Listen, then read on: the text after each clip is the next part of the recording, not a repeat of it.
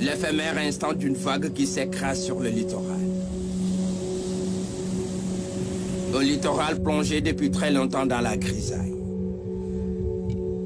Menacé de toutes parts, agressé et colonisé, la corniche ouest de Dakar sous le diktat de la pression anthropique. C'est une aberration économique. On aurait pu faire quelque chose avec l'attractivité de la ville de Dakar qui allait nous amener des points de croissance incroyables dans le cadre du tourisme. C'est une aberration sanitaire parce que quand on est au bord de la mer, c'est un cadeau du ciel. Un cadeau du ciel mal entretenu et ne profite qu'à certaines personnes. Une situation lourde de conséquences et préjudiciable à ceux qui fréquentent la plage au quotidien. Qu'on nous laisse notre espace et qu'on nous laisse notre plage. Vous voyez bien qu'il y a toujours des jeunes qui sont là, qui s'entraînent, qui font le loisir et tout. Et sur la berge, l'espace se rétrécit de plus en plus. Pourtant, la loi est claire. Il faut au moins une distance de 100 mètres entre le littoral et les aménagements.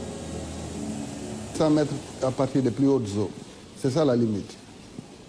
Maintenant, le débat à Dakar peut-être mêle en dehors de cet aspect plage des agressions que nous avons constatées quand même le long de la corniche. Et je pense que ce n'est pas normal, d'ailleurs le président de la République en a fait son combat depuis toujours, ce n'est pas normal qu'on casse une falaise pour créer une parcelle de terrain.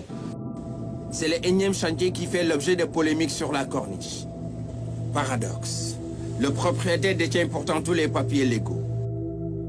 Titre foncier, état de droit réel, autorisation de construire, entre autres. Non, reste là, t'inquiète pas. Malgré tout, une descente inopinée a été faite sur le site par les autorités de la commune, de Sacré-Cœur, Mermoz. Oh, je sais pas, je vous ai pas touché, hein. Pourquoi une telle réaction, étant donné que l'arrêté autorisant la construction a été signé par la commune d'Amitié Fan.e? Vous séquestrez une Mystère personne et Bulldogon. Ok. On est en train de maltraiter une personne qui n'a rien fait. Pour y voir plus clair, nous avons essayé de rentrer en contact avec le maire de la commune d'Amitié Fan.e.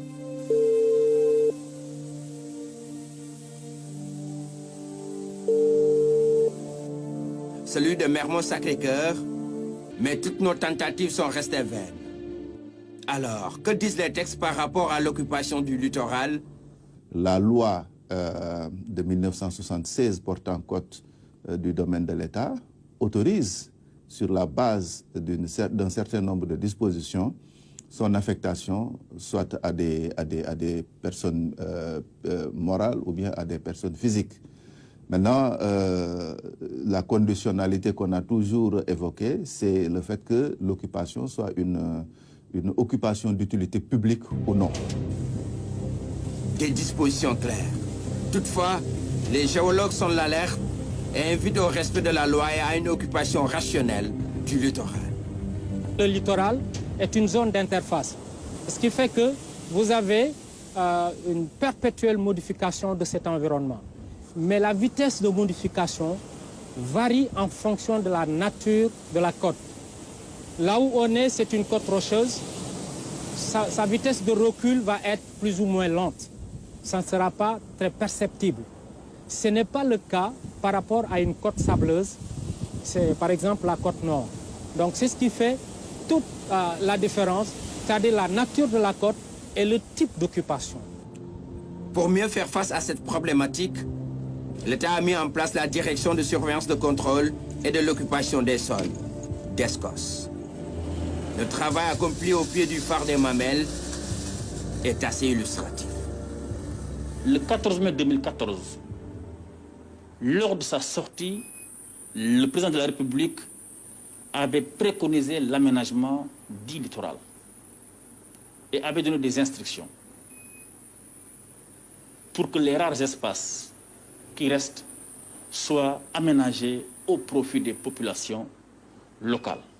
Et une instruction du Premier ministre à l'époque nous avait permis de faire un recensement très exhaustif du port autonome de Dakar jusqu'à la pointe des Almadies. Et environ une trentaine de maisons de construction en cours été immobilisés de manière momentanée aux fins de vérification. Le président a renoncé à son terrain sur le domaine public maritime. Moi, j'avais décidé de le faire exploiter avec nos amis en disant, mais le président a reçu, c'est une direction donnée. Il nous a instruit de mettre beaucoup de rigueur, en tout cas dans la gestion de ce foncier du littoral.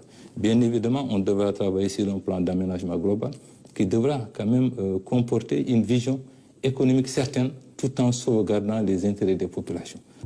D'autres décisions non moins importantes ont été aussi prises par le président Macky Sall, toutes allant dans le sens de protéger le littoral. D'abord, en 2014, il est venu visiter ce qui se faisait sur la corniche. Il a demandé l'arrêt, il a même retiré des baux qui ont été donnés à des pays amis du Sénégal, du point de vue diplomatique, du point de vue économique. Maintenant que le mal est déjà fait, reste à sauver ce qui peut l'être encore. Sur ce point, des solutions ne manquent pas. Je salue la décision forte qu'a prise Monsieur le Président de la République de résilier ou d'exproprier toutes les personnes concernées qui ont eu un droit sur ce site. Et je rappelle que ces droits-là ont été attribués depuis 2010.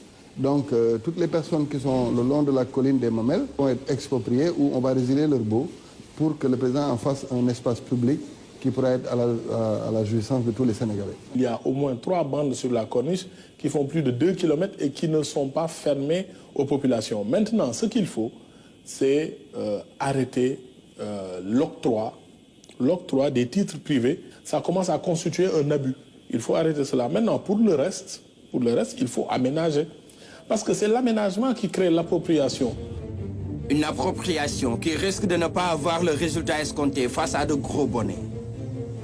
Pendant ce temps, les chantiers pullulent comme des champignons sur la corniche. Reste à égrener le chapelet pour éclaircir l'horizon d'un patrimoine en embuscade.